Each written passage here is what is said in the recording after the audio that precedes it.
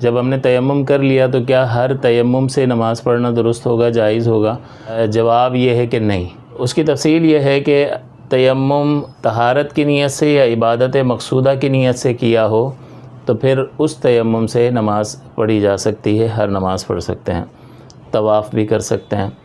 लेकिन अगर तयम्मुम इबादत गैर मक़सूदा की नीयत से किया हो तो जिस काम के लिए तयम्मुम किया है वही काम कर सकते हैं, यानी उस तयम्मुम से नमाज़ वग़ैरह नहीं पढ़ सकते हैं। तो इसमें ये तफसील है कि हर तयम्मुम से नमाज़ नहीं पढ़ सकते, सिर्फ़ उसी तयम्मुम से नमाज़ पढ़ सकते हैं जो तहारत और इबादत मक़सूदा की नीयत से किया हो।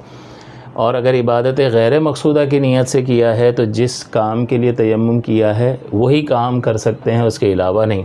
मज़ीद इसकी तफसील ये कि इबादत मक़सूदा और गैर मक़सूदा क्या है। तो मक़सूदा वो इबादत होती है कि जिसका शरीयत बराह रास्त मुतालबा करती है, जैसे नमाज है, तवाफ़ है, रोज़ा है, हज है, ज़कात है, इसको इबादत मक़सूदा कहते हैं कि शरीयत इसका बिज़ात मुतालबा हमसे करती है। और इबादत गैर मक़सूदा जो ख़ुद बिज़ात मतलूब नहीं होते बल्कि वो किसी अमल का वसीला बनते हैं, ज़रिया बन रहे होते हैं, जैसे वुज़ू ये नमाज के लिए ज़रिया है, तो ये बिलफ़ेल बिज़ात मतलूब नहीं है, मकसूद इबादत मक़सूदा नहीं है, बल्कि ये नमाज के काबिल बनाने के लिए एक अमल है, लिहाजा शरीयत ने इसका हमसे मुतालबा किया है। तो इबादत मक़सूदा नहीं बल्कि इबादत गैर मक़सूदा में आता है। इसी तरह से मस्जिद में दाखिल होना, इसका शरीयत ने हमसे मुतालबा नहीं किया है। इबादत का काम, वहाँ जाएंगे तो अल्लाह ताला की रहमत हासिल होगी, एतिकाफ़ की नीयत करेंगे तो वहाँ बाइस अजर व सवाब भी होगा। कुरान पाक को छूना तो हमसे शरीयत ने कोई मुतालबा नहीं किया, तो ये इबादत तो है लेकिन इबादत मक़सूदा नहीं है। इसी तरह से अज़ान जो है वो भी इबादत मक़सूदा नहीं है, ये कि ऐलान है कि नमाज का वक्त हो चुका है, तो एक वसीला और ज़रिया है। तो अब मुख्तसर ये है कि इबादत मक़सूदा जो है वो बिज़ात हमसे उसका मुतालबा किया गया होता है। अगर इबादत मक़सूदा के लिए तयम्मुम किया, जैसे किसी शख्स ने नमाज के लिए तयम्मुम किया या तवाफ़ की नीयत से तयम्मुम किया पानी ना होने की सूरत में, या उसने तहारत की नीयत से तयम्मुम किया, तो ऐसे तयम्मुम से हर काम कर सकते हैं।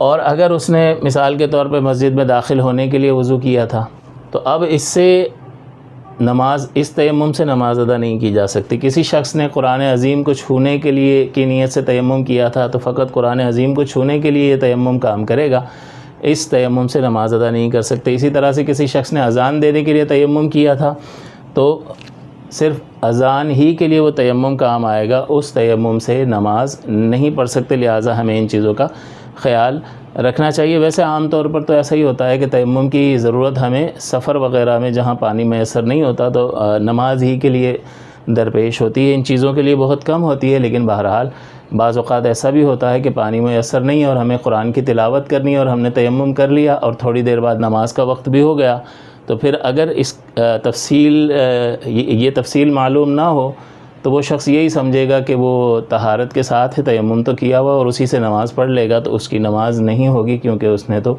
इबादत गैर मक़सूदा के लिए ये तयम्मुम किया था। लिहाजा ये तफसील फ़ायदे से खाली नहीं है। बहरहाल जब भी आप तयम्मुम करेंगे तो तहारत या इबादत मक़सूदा, नमाज या तवाफ़ वग़ैरह की नीयत कर लें। तो तहारत की नीयत अगर आप कर लेंगे तयम्मुम के लिए, बिल्कुल आसान और सिंपल चीज़ ये है कि तहारत की नीयत अगर आप कर लें तो फिर उससे सारे उस तयम्मुम से सारे काम किए जा सकते हैं।